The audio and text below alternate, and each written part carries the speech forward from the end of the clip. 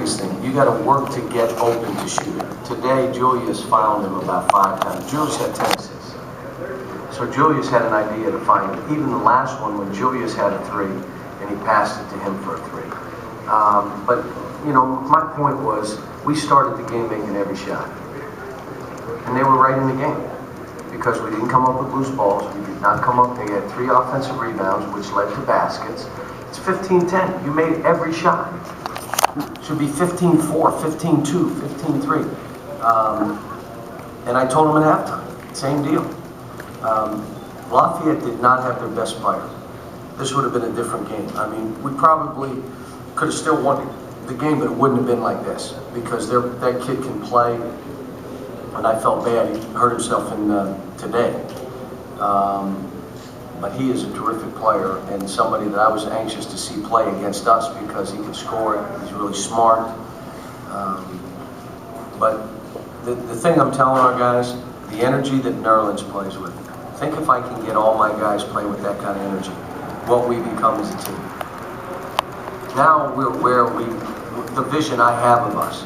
I can't get Alex right now to buy into that. He drove baseline and tried to one-hand it, and they block it, and then he jogs back. Later in the game, he did the same thing, and he just went up and dunked it. Why? It's harder to do that. I'd rather just do this, you know. Again, you know, 23 assists. We passed the ball to each other.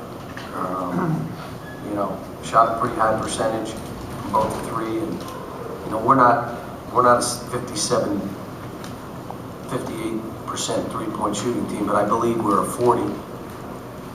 Cal, segueing into the Nerlens Noel hustle, 50-50 plays back here. When's the last time you? I got these lights on. Light is not good in here. When's the last time you had a big man like the man getting on the floor and hustling? He was coming into every huddle, Lonnie, and I was telling the team, give him a hand. Guys diving on the floor, playing with energy. Would the rest of you please look at him and try to do what he's doing? Or do you think that's just let him do that, you're not going to do it? We had Alex and Archie and Kyle combined for 1 rebound at halftime. What are you doing? Why is that? You think you're just the offensive machine and everybody else should dive on the floor and rebound and not you? And it's all the stuff that we're learning right now. But let me say this. My team's getting better. We're getting better. We went against the zone yesterday for 20 minutes. You can see they were comfortable. I got a very smart team. They understand when you talk, they have a good basketball feel about them. So you can talk basketball. Yesterday we went through it. We're going to work every day, 15, 20 minutes on zone and 15, 10 minutes on press attack so that we take those things out of the equation. I liked our post game today. And again, we should have thrown it to the post. But it's what we are. You know, we're a team that should be flying up and down, looking for shots. If there's no shots, then post the ball. No brain surgery here. Just keep it simple. John, can you give maybe any update you might have on Ryan here and then talk about Jared's play tonight? No update other than he's working out with the weight strength coach, and hopefully we have off tomorrow. Hopefully he comes back Sunday. You know. But Sunday, Monday, Tuesday we will practice, so it's 3 good days to get ready for our next game. Jared was fine. I wanted to get he and John Hood on the floor more today. I wanted Willie on the floor a lot more today, and we were able to do it.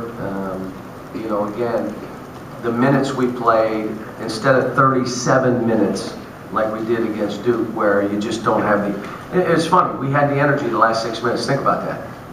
We ran back into the game in the last 5 minutes of the game. And I played guys too many minutes. But now you're talking 28, 23, 24, 25, 30, 26, 24. That's what you'd like.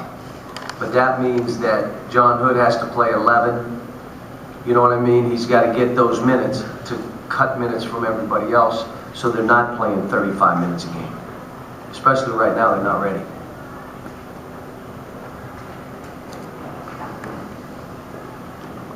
Jared went in the game and rebounded again. Had 2 rebounds. And I'm looking at Archie, you jump above the square, and Jared has 2 rebounds, you have none.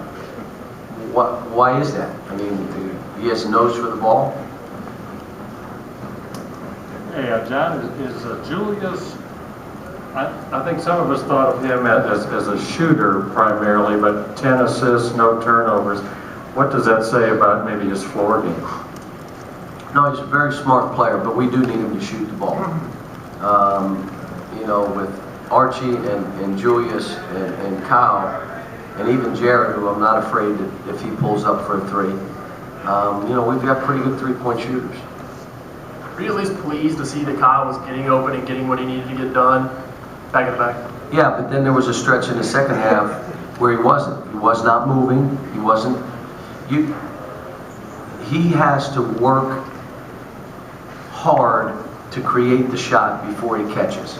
If he doesn't, then I'm going to play Willie. Just how it is, and I told him. I'm telling you what I told him. If you don't work hard to create space in a shot for yourself before you catch the ball, and I'm watching, you're out.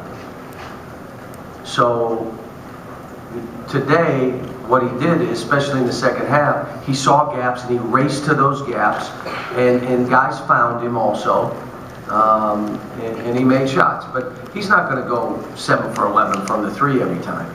But I believe he can go 4 for 11, 5 for 11 every time. I believe that. I believe he's that good. But he can't do it jogging to a spot or not being prepared to shoot. You're not going to do it.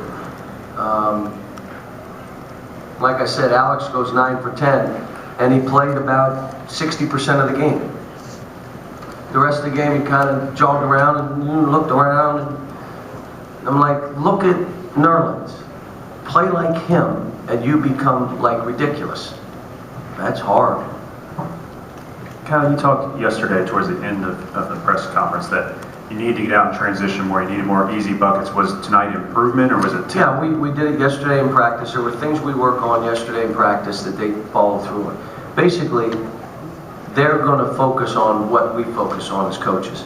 So we hadn't worked on the zone. We knew we needed this against the zone. We just had we played 2 possessions against zone and had 2 dunks by Alex. That was our zone offense. And we didn't know what we were doing. We threw it in, threw it to Alex, he dunked it against Duke and against Maryland.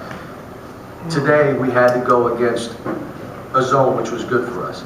We worked on sprinting the ball up the court. If you did not sprint, you had to cross half court in 2 seconds. Defense, defense, rebound, go 2 seconds to cross half court. If you didn't, we went on the baseline and we ran. So we're just challenging them. You have no choice. There's no options here. We're doing the same thing with rebound attempts.